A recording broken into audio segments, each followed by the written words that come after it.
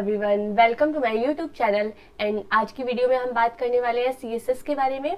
पिछली वीडियोस में हमने सीएसएस पढ़ा है कि सीएसएस क्या होता है, उसके बेनिफिट्स क्या होते हैं। एंड आज की वीडियो में हम जानेंगे कि सीएसएस के सिंटैक्स क्या होता है। सिंटैक्स का मतलब हम सीएसएस को कैसे लिख सकते हैं, कैसे हम सीएसएस की कोडिंग करेंगे, कैसे हम एक एचटीएमएल पेज को सीएसएस के यूज से या सीएसएस की हेल्प से और अच्छा दिखा सकते हैं और अच्छा प्रेजेंट कर सकते हैं उसे, कैसे हम उसको ब्यूटीफाई कर सकते हैं। वो सारी चीजें आज की वीडियो में देखेंगे। अगर आपने प्रीवियस वीडियोस नहीं देखी हैं तो लिंक डिस्क्रिप्शन में, आप जाके पहले वो वीडियोस विजिट करिए एंड समझिए कि क्या होता है एचटीएमएल, क्या होता है सीएसएस एंड कैसे एक वेब पेज डिजाइन कर सकते हैं। ये सारी चीजें जानिए आप, फिर आपको ये सीएसएस सिंटैक्स और ये वीडियो ज्यादा अच्छे से समझ में आने वाली है। तो स्टार्ट करते हैं आज की वीडियो। हम जानेंगे सीएसएस सिंटैक्स। सीएसएस सिंटैक्स क्या होता है? सीएसएस सिंटैक्स का मतलब कि सीएसएस को हम कैसे लिखते हैं, कैसे उसकी कोडिंग करते हैं। कोडिंग तो ऑब्वियस सी बात है, जब एचटीएमएल की कोडिंग हम नोटपैड पे कर रहे हैं, किसी भी एक टेक्स्ट एडिटर पे कर रहे हैं, तो सीएसएस की कोडिंग भी टेक्स्ट एडिटर पे ही होगी, एचटीएमएल के ही साथ होगी। लेकिन सीएसएस को हम किस किस तरीके से अप्लाई कर सकते हैं वो आज हम देखेंगे। तो सबसे पहले आपको स्क्रीन पे दिख रहा होगा कि सेलेक्टर एंड फिर कर्ली ब्रेसेस के बाद प्रॉपर्टी के बाद कोलन एंड वैल्यू एंड फिर कर्ली ब्रेसेस क्लोज। ये होता है सीएसएस का सिंटैक्स। अब इसका मतलब क्या है वो मैं आपको समझाती हूँ। सेलेक्टर का मतलब होता है कि जो कोई भी एक एचटीएमएल टैग, जैसे हम एचटीएमएल लिखते हैं, एचटीएमएल में बहुत सारे टैग होते हैं, हम लोग को जिस टैग पे हम लोग चाहते हैं कि ये टैग इस कलर का दिखे या जिस टैग पे हमें सीएसएस अप्लाई करना होता है, उस टैग को हम सेलेक्ट करते हैं। अब सेलेक्ट कैसे करते हैं? सेलेक्ट हम सेलेक्टर के जरिए करते हैं। अब सेलेक्ट हम सेलेक्टर के जरिए करते हैं और सेलेक्टर के जरिए कैसे करते हैं वो मैं आगे आपको बताने वाली हूँ, तो इस वीडियो को लास्ट तक देखते रहिए। एंड सेलेक्टर सब मिला के सेलेक्टर का मतलब यही होता है कि एचटीएमएल टैग को चूज करना। लाइक डिव है, डिव टैग है, तो डिव टैग में या तो हम डिव टैग को डायरेक्ट चूज कर सकते हैं या फिर हम उसमें आईडी और क्लास देके हम उसे चूज कर सकते हैं। इस तरीके से, बहुत सारे तरीके से हम चूज कर सकते हैं। तो सेलेक्टर का बेसिकली मतलब होता है सेलेक्ट करना। जिस टैग पे हमें सीएसएस अप्लाई करनी है या जिस एलिमेंट पे हमें सीएसएस अप्लाई करनी है उसको हम सेलेक्ट करेंगे एंड देन हम सीएसएस की कोडिंग करेंगे। फिर नेक्स्ट है, आप देख रहे होंगे प्रॉपर्टी, और ये कर्ली ब्रेसेस और कोलन लगाना कंपलसरी। अगर आप ऐसी चीजें, ये चीजें नहीं लगाएंगे तो वो अप्लाई नहीं होगा। अब नेक्स्ट है प्रॉपर्टी। अब प्रॉपर्टी क्या होता है? अब property is a type of attribute of HTML tag. जो प्रॉपर्टी होता है वो एचटीएमएल टैग का एक एट्रीब्यूट होता है। एट्रीब्यूट का मतलब एक तरीके से देखा जाए तो टेबल टैग में बहुत सारे एट्रीब्यूट होते हैं, जैसे टीआर, टीडी, इस तरीके के एट्रीब्यूट होते हैं टेबल टैग में, तो वो उसकी प्रॉपर्टीज होती हैं, तो उसी को हम प्रॉपर्टी बोलते हैं। Put simply, all the HTML attributes are converted into CSS properties. जो सारे एचटीएमएल के एट्रीब्यूट्स हैं उनको हम सीएसएस प्रॉपर्टीज में कन्वर्ट कर सकते हैं।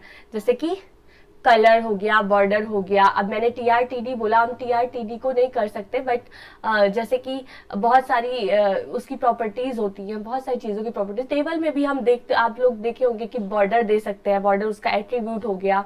बॉर्डर के बाद हम वहाँ पे बैकग्राउंड कलर दे सकते हैं, वो भी एट्रीब्यूट हो गया। इस तरीके से हम इन सारी चीजों को प्रॉपर्टीज बोलते हैं। अब जैसे आपको कलर देना है तो आप कलर लिखेंगे, आपको बॉर्डर देना है आप बॉर्डर लिखेंगे, आपको बैकग्राउंड कलर देना है तो आप बैकग्राउंड लिखेंगे, सिंपली इस तरीके से। फिर हमें उसकी वैल्यूज देनी होती है कि प्रॉपर्टी लिखेंगे और प्रॉपर्टी के बाद वैल्यूज देंगे। अब वैल्यूज क्या होती है? वैल्यूज लाइक हमें अगर कलर प्रॉपर्टी हम लिख रहे हैं, कलर प्रॉपर्टी, तो हम उसकी वैल्यू क्या लिखेंगे? कलर क्या क्या हो सकते हैं? जैसे red, green, blue, black, orange, ये सारे कलर हो सकते हैं।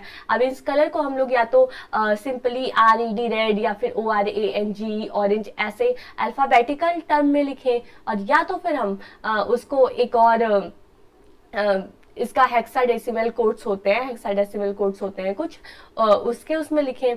तो उसके लिए आपको कोड याद करने पड़ेंगे या फिर कुछ ऐसे सॉफ्टवेयर होते हैं, ऐसे छोटे छोटे एकदम सॉफ्टवेयर होते हैं, फाइल्स होती है जो आप डाउनलोड करके इंस्टॉल कर सकते हैं। जैसे कलर पिकर होता है, उसमें आपको फिर शो कर देगा कि किस कलर का क्या हेक्साडेसिमल कोड होता है। तो जैसे रेड का F1 हैशटैग आगे यूज किया जाएगा इसके लिए। इस तरीके से हम सीएसएस का सिंटैक्स लिख सकते हैं।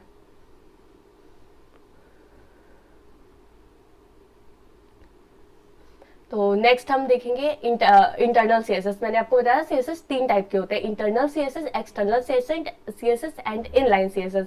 अब इंटरनल सीएसएस क्या होता है, तो हम देखते हैं इंटरनल सीएसएस। अब इंटरनल सीएसएस जो होता है, an internal CSS use to define a style for a single HTML page.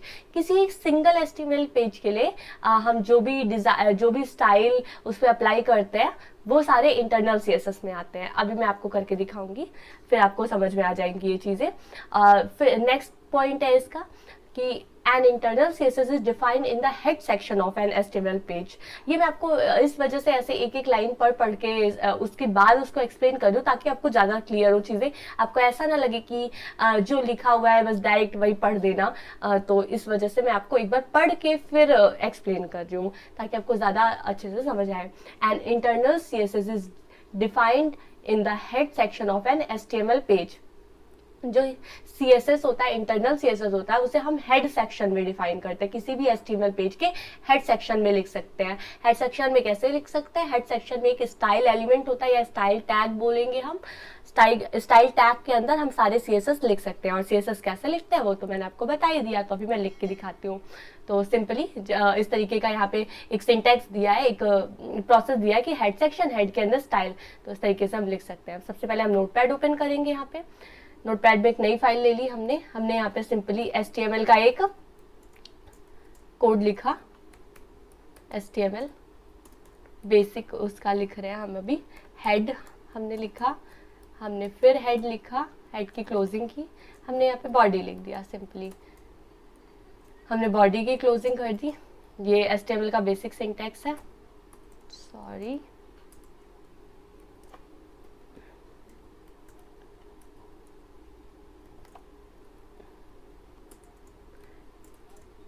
हाँ, अब इसको हम सेव कर लेते हैं।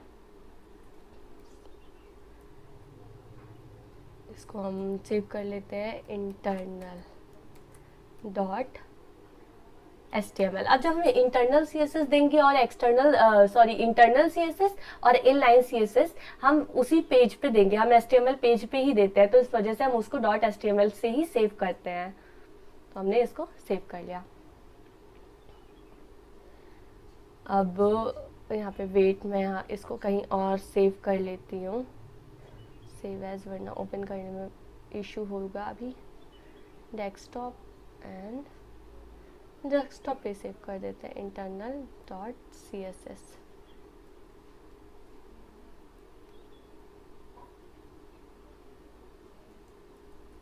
फिर यहाँ पे हम हेड के अंदर हमको CSS देना, हमने स्टाइल लिख दिया, फिर स्टाइल को क्लोज कर दिया। क्लोज करने के बाद अब हम जैसे हमें हमने एक H1 टैग में कुछ लिखा, कुछ भी लिख दिया हमने, दिस इज इंटरनल CSS। अब इस पेज पे हम चाहते हैं कि इस H1 टैग को हम एक स्टाइल दे दें। स्टाइल का मतलब हम एक CSS दे दें, तो हम CSS लिखने के लिए सबसे पहले तो इस टैग को सेलेक्ट करेंगे। अब टैग को सिंपली जैसे H1 लिखा है तो H1 लिख के सेलेक्ट कर लेंगे, हम लोग H1 लिख देंगे। उसके बाद हमने यहाँ पे कर्ली ब्रेसेस लगाया, मैंने आपको दिखाया था, उसमें हमने कर्ली ब्रेसेस लगा रखा है। कर्ली ब्रेसेस के बाद प्रॉपर्टी लिखेंगे, लाइक हमें कलर चेंज करना, हमने कलर दिया, कलर हमने दे दिया इसको रेड। इसका ये सेलेक्टर हो गया, सेलेक्टर के बाद curly braces and property and value. अब इसको हम रन करते हैं।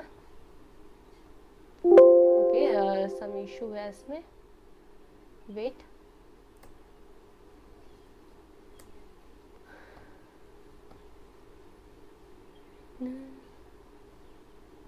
हमने यहाँ पे सेव कर रखा होगा आई थिंक। ओके, ये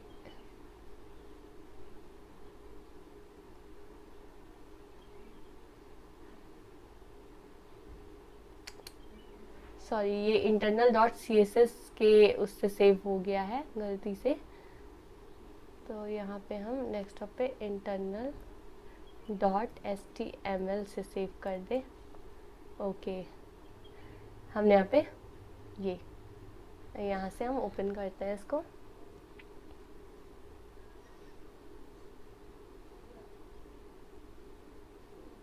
तो ये देखिए ये आपको दिखाई दे रहा होगा कि दिस इज इंटरनल सीएसएस, ये रेड कलर में आ गया। तो इस तरीके से हम यहाँ पे सीएसएस अप्लाई कर सकते हैं।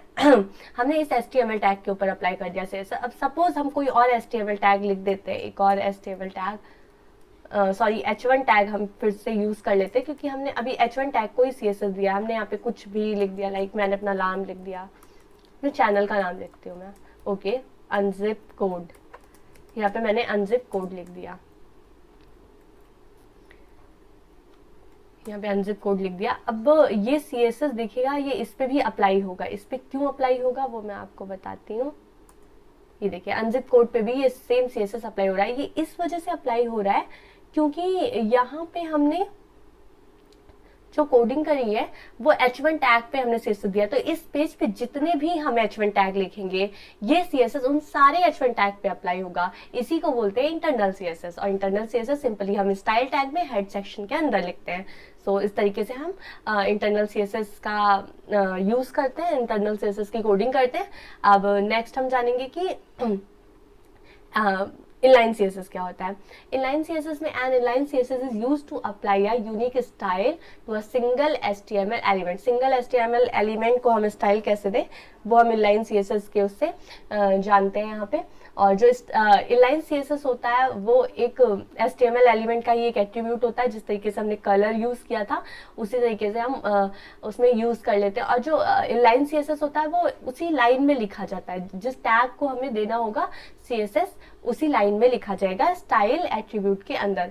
तो यहाँ पे हमने टैग चूज करके और स्टाइल को हमने टैग बना लिया। यहाँ पे जो लाइन इंटरनल सीएसएस होता है वहां पे हमने स्टाइल को टैग बना दिया, टैग के उसमें यूज किया। बट अगर हमें वो करना है, क्या कहते हैं, वेट, मैं यहाँ से पूरा स्टाइल वाला सेक्शन हटा देती हूँ। यहाँ से स्टाइल वाला सेक्शन हटा दिया। अब हम यहाँ पे देखेंगे कि ये अप्लाई हो रहा है कि नहीं। ये क्यों ही अप्लाई होगा, ये देखिए यहाँ पे कुछ अप्लाई नहीं होगा। तो अब हम चाहते हैं कि हम यहाँ पे इनलाइन सीएसएस के उससे अप्लाई करें। अब इनलाइन सीएसएस सिर्फ एक सिंगल एलिमेंट को ही कलर दे सकता है। लाइक इसको आप लिखे रहने दीजिए, Ctrl+Z, ओके। यहाँ पे ये इंटरनल सीएसएस हो गया। अगर हमें इनलाइन सीएसएस देना है, हम चाहते हैं कि ये जो अनजिप कोड है ये हमारा रेड कलर में ना आए, ग्रीन कलर में आए, क्योंकि हमने तो सेम H1 दोनों को टैग दे रखा है और हमें H1 टैग भी चाहिए बट कलर अलग चाहिए। तो कलर अलग चाहिए तो हम इस वजह से हम इसमें इनलाइन सीएसएस देंगे। इनलाइन सीएसएस देने के लिए हम स्टाइल को एज अ टैग ना यूज करके एज अ एट्रीब्यूट यूज करते हैं। एज अ एट्रीब्यूट यूज करेंगे and style equal to double quotes में फिर हम कलर देंगे। यहाँ पे कलर एंड कोलन के बाद हम चाहते हैं इसको ग्रीन कलर देना, लाइक ब्लू देना चाहते हैं हम, ब्लू, एंड यहाँ पे सेमीकोलन। फिर हम ये इसे रन करवा के देखेंगे। ये देखिए आपका ये जो अनजिप कोड है ये ब्लू कलर में आ गया और दिस इज इंटरनल सीएसएस, ये रेड कलर में आ गया। सो इस तरीके से हम इनलाइन सीएसएस अप्लाई करते हैं। स्टाइल को हम एज अ टैग ना लिख के एज अ एट्रीब्यूट यूज करते हैं और उसी सेम लाइन में यूज करते हैं जिस लाइन में हमें इनलाइन सीएसएस देना होता है। इनलाइन नाम से क्लियर है कि इनलाइन एक लाइन में सीएसएस देना, किसी एक पर्टिकुलर लाइन को सीएसएस देना। अगर हम देख रहे हैं कि सारी चीजों पे वो सीएसएस अप्लाई हो रहा है तो हमें किसी का चेंज करना है, किसी एक पर्टिकुलर लाइन का सीएसएस चेंज करना है, बाकी सबको सेम करना, तो हम उस पर्टिकुलर लाइन में जाके हम सिंपली इनलाइन सीएसएस यूज कर लेते हैं। इस तरीके से हम इनलाइन सीएसएस का यूज करते हैं। अब हम देखेंगे यहाँ पे कि एक्सटर्नल सीएसएस क्या होता है। यहाँ पे external CSS, an external CSS is used to define a style for a many HTML page. अब एक्सटर्नल सीएसएस का ये एक यूज होता है या एक कह सकते हैं कि बेनिफिट होता है कि जो एक्सटर्नल सीएसएस होता है वो बहुत सारे पेजेस पे अप्लाई हो सकता है। आपने देखा कि ये जो इंटरनल सीएसएस होता है वो एक सिंगल HTML पेज पे अप्लाई किया जा सकता है। जो इनलाइन सीएसएस होता है वो एक सिंगल लाइन पे अप्लाई किया जा सकता है। बट जो एक्सटर्नल सीएसएस होता है वो हम सारे पेजेस पे अप्लाई कर सकते हैं। जितना जैसे हम वेबसाइट्स बनाते हैं तो हम वेबसाइट्स में बहुत सारे पेजेस होते हैं, ऐसे नहीं एक दो पेज नहीं होते, बहुत 20 30 50 बहुत सारे पेजेस होते हैं। तो इन सारी अब इतने पेजेस पे हम एक ऐसे पर्टिकुलरली जाके वहाँ की कोडिंग नहीं ना चेंज करेंगे। तो इस वजह से ये एक्सटर्नल सीएसएस बनाया गया है ताकि हम उन सारे पेजेस में एक ही बार में सीएसएस चेंज कर सकें। तो इसको अप्लाई करने के लिए एक हैड टैग होता है, और सॉरी हैड टैग तो होता ही है। हैड टैग में हम लिंक करते हैं, एक हम जो अलग CSS की फाइल बनाएंगे। एक्सटर्नल CSS का मतलब हम एक अलग CSS की फाइल बनाएंगे। हम एक CSS की फाइल बनाएंगे और HTML फाइल तो हमारी है ही, फिर हम उस HTML फाइल में उस CSS फाइल को हम लिंक करा देंगे। अब लिंक कैसे कराएंगे, वो लिंक टैग के हेल्प से लिंक करते हैं। उसके पहले हम थोड़ा सा ये एक्सटर्नल CSS देख लेते हैं कि क्या होता है और किस तरीके से हम इसे अप्लाई कर सकते हैं। और अगर हम बहुत सारे पेजेस बना रहे हैं तो उसमें जब हमें स्टाइल चेंज करना है तो हम सिंपली एक्सटर्नल CSS का यूज़ कर लेंगे। एक छोटे पेज के लिए एक्सटर्नल CSS यूज़ करना ज़्यादा बेनिफिशियल नहीं होता है, बट एक काफ़ी बड़ी वेबसाइट्स के लिए, या जिसमें आप देख रहे हैं कि बहुत ज़्यादा पेजेस हैं, 5 to 10 पेजेस हैं या 10 to 20 पेजेस हैं, वहाँ पे आप एक्सटर्नल CSS का यूज़ करेंगे। तो हम देखते हैं यहाँ पे, मैं इसे थोड़ा सा कॉपी कर लूँ।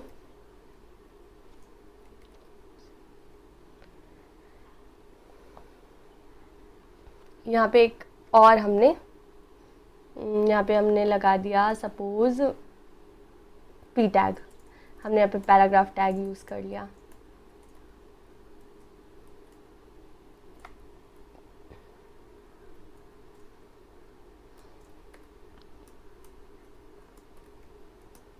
This is external CSS।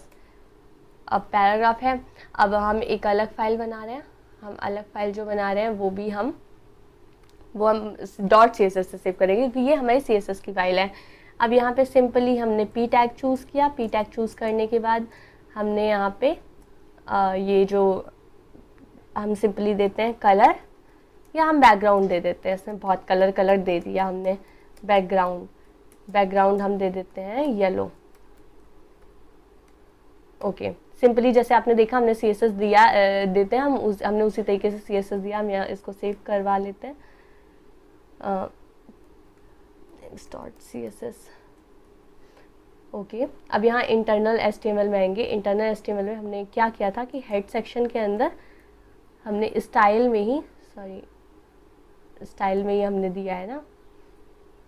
यहाँ पे एक और स्टाइल टैग यूज़ कर लेते हैं हम, क्यों हम 10 तरीके का। सो हमने यहाँ पे स्टाइल लिखा, स्टाइल टैग के अंदर हमने यहाँ पे लिंक कर दिया। लिंक कैसे कराते हैं, लिंक कराने के लिए सिंपली लिंक टैग का यूज़ करेंगे। रिलेशन देंगे स्टाइल शीट, क्योंकि एक स्टाइल शीट को मतलब कि CSS कास्केडिंग स्टाइल शीट उसका फुल फॉर्म होता है कि स्टाइल शीट को हम लिंक करवा रहे हैं, और href style.css। ओके, तो ये यहाँ पे हम फाइल का नाम देंगे। हमने यहाँ पे style.css ऐसे पहले से कुछ भी दे रखा है, बट हमने यहाँ पे किस नाम की फाइल बनाई, हमने x.css नाम की फाइल बनाई। तो x.css लिख के सेव कर देंगे। अब हम ओपन करते हैं इसे। ओके, यहाँ पे कुछ आई थिंक थोड़ी सी कहीं पे मिस्टेक है, इस वजह से ये कलर नहीं आया है।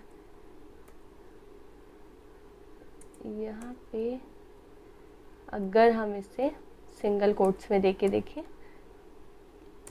पे हम देखेंगे कि ये जो इंटरनल CSS था, यहाँ पे हमने स्टाइल टैग का यूज़ किया था, जबकि हम स्टाइल टैग का यूज़ नहीं करते हैं इसमें।